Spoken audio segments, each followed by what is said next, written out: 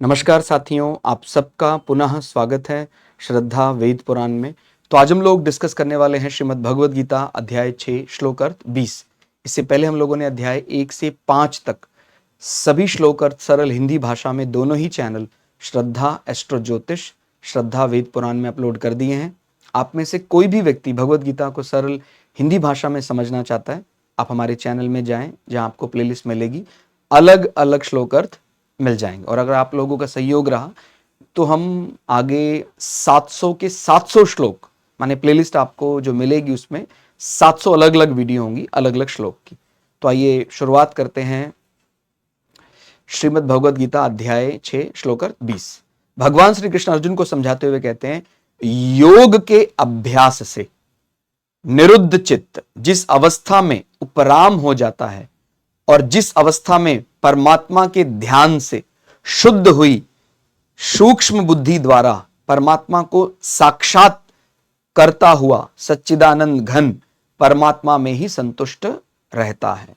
तो ये ध्यान योग की एक प्रकार से आगे का चरण है। किस प्रकार से ध्यान किया था हमने सीखा, उसके बाद आगे क्या क्या हम लेवल अचीव कर रहे हैं, आगे कौन कौन से पद हम प्राप्त कर। हमें केवल लगता है शुरुआत में भाई ध्यान में बैठ गए और मन यहाँ लग रहा है, एकाग्र चित्रों का यहाँ देखने लग गए, दोनों आंखों के बीच में नासिका के यहाँ देखने लग गए तो बस होना शुरू हो जाएगा। लेकिन जब हम ध्यान में और ज्यादा गंभीर होने लग जाते तो हमें और भी कई ऐसी बातें समझ में आती। तो योग के अभ्यास से निरुद्ध चित्त, तो ये निरुद्ध चित्त का वास्तविक अर्थ यहाँ हम अभी समझेंगे। और उसके बाद की अवस्था, जिस अवस्था में उपराम हो जाता है, ठीक हो गया, यानी हम मन बुद्धि शरीर से ऊपर उड़ जाएंगे। माने क्योंकि आत्मा को समझना है तो मन बुद्धि शरीर ये सब आपकी सहायता नहीं कर सकते। उससे उपराम होना, एक प्रकार से उससे अलग हो जाना। और जिस अवस्था में परमात्मा के ध्यान से शुद्ध हुई सूक्ष्म बुद्धि द्वारा हम अपने अंदर या अपने को ही परमात्मा मानकर उसमें ही संतुष्ट हो जाते हैं। थोड़ा और सरल शब्दों में यदि समझें, जब साधक ध्यान करने बैठता है तब शुरुआत में 3 अंतर अवस्थाएं, माने 3 अलग अलग प्रकार की चीजें रहती हैं ध्यान में। कि भाई एक तो ध्याता और एक ध्यान और एक ध्येय। माने मैं ध्यान कर रहा हूं, मुझे ये तो ध्यान रहता है, मैं कौन, मैं ध्यान करने वाला, ठीक हो गया। उस प्रक्रिया को हम ध्यान बोल रहे हैं और मैं किसके ध्यान में लग गया हूं उसको ध्यान ध्येय कहा गया है, ठीक हो गया। तो ये शुरुआत में 3 अंतर रहते, तो धीरे धीरे हमें अब समझना है, इन अंतरों को समाप्त करना होगा। भाई शुरुआत में बैठे ध्यान करने के लिए तो बहुत विचार चल रहे हैं, पहले विचार को काबू किया, उसके बाद ध्यान में भी बड़े अंतर है, ध्याता, ध्यान, ध्येय।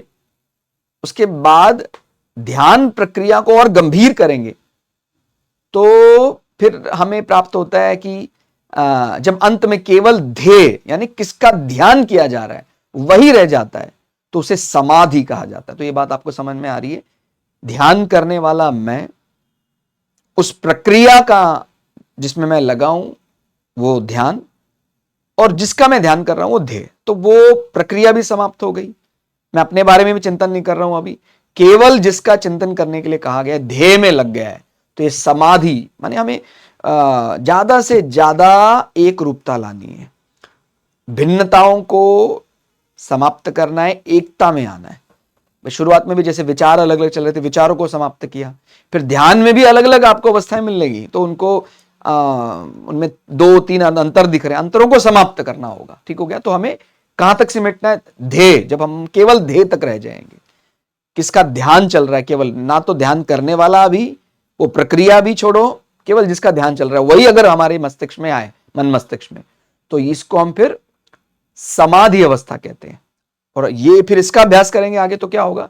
और जब ध्यान में ध्येय माने ध्यान को और गंभीर करेंगे तो ध्येय का नाम, नाम और नामी का संबंध, ठीक हो गया वो। और जब और गंभीर करेंगे तो जब किसका ध्यान कर रहे हैं वो, क्या उसका नाम हो सकता है, वो नाम, उसके नामी का आपसी संबंध, ये सब समाप्त हो जाता है। इसी को चित्त की निरुद्ध अवस्था कहा जाता है, ठीक हो गया। तो वो निरुद्ध अवस्था में हम और ज्यादा ध्यान को सूक्ष्म कर रहे हैं, वहां पर अंतर समाप्त करते जा रहे हैं। पहले तो ध्येय तक पहुंचे, उसके बाद उसका नाम, नामी के साथ क्या संबंध हो सकता है, वो सब चीजें धीरे धीरे अब हम माने उसी ध्येय को और ज्यादा एक प्रकार से ऐसा समझना है, हमें मन को, बुद्धि को, शरीर के विचारों को समाप्त करना, उससे निर्लिप्त होना है। क्योंकि मन के रहते, सांसारिक बुद्धि के रहते हम अपने वास्तविक स्वरूप को नहीं समझ सकते, या ये कहें मन, बुद्धि, शरीर के कारण ही हम परमात्मा भाव से अलग हो गए हैं। तो हम उससे अलग होना उपराम अवस्था है। मन, बुद्धि और शरीर से पूरी तरह अलग हो गए, वो उपराम अवस्था है। तो उससे पहले की अवस्थाएं कौन कौन सी बताई कि हम ध्यान में बैठे हैं तो हम समाधि में चले गए, फिर निरुद्ध अवस्था में चले गए, और फिर निरुद्ध अवस्था के आगे, निरुद्ध अवस्था के भी दो प्रकार हैं। यानी जब हम ध्येय का नाम, ध्येय क्या, नाम, नामी का अंतर सब समाप्त हो जाता है, केवल वही ध्यान में चल रहे हैं, तो निरुद्ध अवस्था के फिर आगे दो प्रकार आपके सामने प्रकट होंगे। एक होता है कि सबीज और एक होता है निर्बीज ध्यान। सबीज ध्यान में व्यक्ति संसार की सिद्धियों पर विचार करने लग जाता है। ठीक हो गया। तो कई लोग इसको प्राप्तियां कह देते हैं, कई लोग इसको हानि कह देते हैं कि भाई हम संसार से ही तो अलग होने के लिए निकले थे शुरुआत में, अभी संसार अगर हमें कुछ, तो वो एक प्रकार का प्रलोभन कह लें आप उसको, लालच देने लग जाता है कि मत जाओ, आपकी सारी कामनाएं पूरी होने लग जाएंगी संसार की, जो आप मांगोगे वो मिल जाएगा। जब संसार वास्तविकता में हमने रूट कॉज ही डिनाई कर दिया था, वो है ही नहीं, तो यहां पर जो भी सिक्का मिल रहा है आपको सब खोटा सिक्का है, लेकिन प्रलोभन आपको बहुत अधिक दिया जाता है। तो ये जो सबीज ध्यान समाधि है, इसमें संसार की सिद्धियां, ये आपको प्राप्त हो गया, आप जो चाहेंगे हो जाएगा, मन की गति, ये सब चीजें आपको सिद्धियां आपको मोहित करने लग जाती हैं। तो कई लोग उसको कह रहे हैं वाह मुझे प्राप्त हो, कई लोग कहते हैं नहीं हानि हो गई। तो अब ये सबीज को अगर हम एक बार आएगा, उसकी तरफ मन आकर्षित ना करें, ना जाएं उसकी तरफ, अपने को चाहिए ही नहीं वो, फिर वो उससे आगे फिर तभी निर्बीज अवस्था में जाएगा। ठीक हो गया। तो ये ध्यान देना है कि पहले सबीज समाधि आएगी कि आपको ये प्राप्त हो जाएगा, आपको ये प्राप्त हो जाएगा, जो उलझ गया उसमें फिर वो निर्बीज समाधि में आगे जा ही नहीं पाएगा। तो इसलिए ध्यान देना है, माने तब तक जब तक वो उलझा रहता है, हो सकता है कुछ समय के बाद वो समझ जाए, फिर वो निर्बीज समाधि के लिए ही काम करे, फिर उसको सिद्धियों से, कोई संसार की सिद्धियों किसी को दिखाने के लिए, बताने के लिए उसको नहीं चाहिए। ठीक हो गया। तो ध्यान देना, सबीज समाधि में व्यक्ति संसार की सिद्धियों पर विचार करता है, उनको प्राप्ति पर विचार, क्या मिल जाएगा इस पर। लेकिन जो निर्बीज समाधि में व्यक्ति वास्तविक लक्ष्य परमात्मा की ओर चल पड़ता है। तो हम माने मेरी दृष्टि से तो हमें निर्बीज समाधि के लिए ही डटे रहना चाहिए कि मुझे, क्योंकि हमने शुरुआत ही, रूट कॉज ही हमने शुरुआत ही यहीं से की थी, भाई क्यों जा रहे हैं ध्यान के लिए। संसार में कुछ भी ऐसा नहीं है जो सदा के लिए रहे, संसार के सारे सुख खत्म होने वाले हैं। तो अगर हमें कोई सिद्धि भी प्राप्त हो जाती है सभी समाधि से, वो भी खत्म हो जाएगी।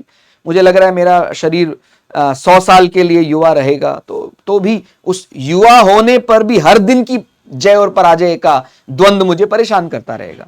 युवा तो मैं हूं, हो गया, मैं जवान हो गया, लेकिन आज मैं किसी से हार गया, मैं जीत गया। तो ये ध्यान देना, अगर मैं ये भी वरदान मांग ले तो मैं सदा अजय रहूं, माने मुझे कोई ना हरा पाए, मैं हर जगह जीत जाऊं, तब भी मुझे और प्रकार के कई द्वंद्व परेशान करते रहेंगे। मैं जीत तो रहा हूं, लेकिन हो सकता है मुझे कोई शरीर का विकार, मन का विकार, रोग, कोई ऐसी चीजें परेशान करने लग जाएं। ठीक हो गया। तो ये संसार में तो आपको परमानंद मिल ही नहीं सकता है। तो इसलिए हमें अपने आप ही तय कर लेना चाहिए कि निर्बीज समाधि की ओर ही जाना है, वही हमारा वास्तविक लक्ष्य है। योगी जब उस निर्बीज समाधि का भी सुख नहीं लेता है, फिर उसको निर्बीज समाधि में बहुत सुख प्राप्त होता है, बड़ा आनंद मिलता है। उसको संसार में ऐसा आनंद कभी नहीं मिला, वो उसको ऐसा आनंद मिलने लग जाता है। लेकिन ध्यान देना है, उस सुख में भी रमना नहीं, उसको धीरे धीरे उसके आगे बढ़ने का प्रयास करना है। एक होता है ना भाई, अपने को चलते चलते बहुत सुंदर झील प्राप्त हो गई, ऐसा लगता है पूरा जीवन यहीं बिता दें, आगे जाने की जरूरत क्या है, वहां सब कुछ है, वहां खाने पीने रहने की सब कुछ सुविधाएं हैं। तो इसी प्रकार निर्बीज समाधि में भी कहीं रुकना नहीं कि वो हमें अपने को जो आनंद मिल रहा है उसको, उसकी अनुभूति हमारा अंतिम लक्ष्य नहीं, आगे बढ़ जाना। हमें जो बहुत बड़ा, जैसे मैंने बताया, सरोवर मिल गया जहां कोई परेशानी नहीं है, सदा हम छाया में रहेंगे और हमें खाने पीने की कोई दिक्कत नहीं रहेगी, फिर भी हमें वहां रुकना नहीं, आगे बढ़ते जाना है। तो जब हम आगे बढ़ते, ये विचार से ध्यान में आगे बढ़ते जाएंगे और आगे बढ़ जाता है तो उसे उपराम अवस्था में कहा जाता है। एक प्रकार से जब वो निर्बीज समाधि में आगे बढ़ता है तो फिर उसका मन, बुद्धि, शरीर से संबंध अलग हो जाता है और तभी वो आत्मा को समझ सकता है, क्योंकि आत्मा मन, बुद्धि, शरीर का विषय ही नहीं है। तो आपको ये बात समझ में आ रही होगी कि जो उपराम अवस्था है, यहां हम अपने मन, बुद्धि और शरीर से विच्छेद होने की बात करते हैं, ठीक हो गया, अलग होने की बात करते हैं। उस समय वह अपने स्वरूप में ही परमात्मा का अनुभव करता है, अपने आप में ही संतुष्ट हो जाता है, ठीक हो गया। अंततो गत्वा मन आत्मा में नहीं लगता, ठीक हो गया। तो ये ध्यान देना, मन जो है वो आत्मा में नहीं लग रहा है, ये समझने वाली बात है, क्योंकि मन तो आत्मा को पा ही नहीं सकता है, ठीक हो गया। मन है, बुद्धि है, वो तो संसार के विषय, हम उसको जड़ मानते हैं। माने आध्यात्मिक चिंतन में मन को, शरीर को, बुद्धि को सब जड़ माना गया है, और जो आत्मा है वो शुद्ध चेतना मानी गई है। तो जड़ चेतना को नहीं पा सकता। तो जब हम उससे उपराम हो जाते हैं, तब ही हम आत्मा में, आत्मा के दर्शन, आत्मा के प्रकाश में आत्मा को देखते हैं, ठीक हो गया। आत्मा मन, बुद्धि, वाणी का विषय नहीं है।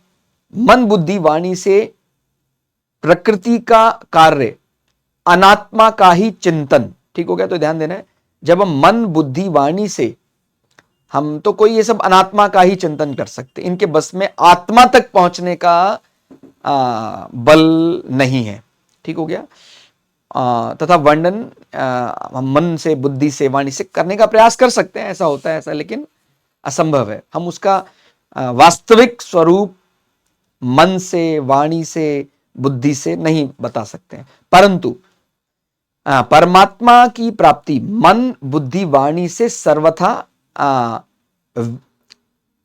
विमुख संबंध, विच्छेद होने पर ही होती है। तो जो ये शब्द आया उपराम, उपराम को इसी प्रकार समझना है कि परमात्मा को समझना, अपने आप को समझना, उसके लिए मन, बुद्धि, वाणी से सर्वथा विमुख, या संबंध विच्छेद करना है, तभी हम उसको पा पाएंगे, उसको समझ पाएंगे। तो योग का, ध्यान योग का एक प्रकार से ये अंतिम पड़ाव हो सकता है, जहां हम अपने अंदर ही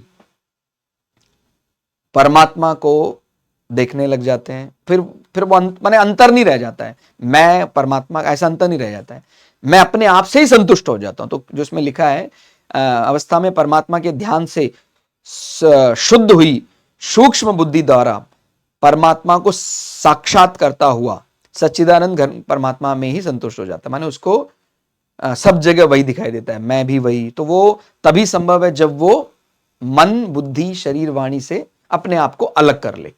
तो वो उपराम अवस्था है ध्यान योग की, बड़ी शेष अवस्था है। यहां जाने के बाद फिर हमारा मुक्ति का मार्ग, माने मुक्ति तय हो जाती है फिर। तो आज के श्लोक अर्थ में इतना ही। श्लोक अर्थ आपको कैसा लगा कमेंट करके जरूर बताइएगा।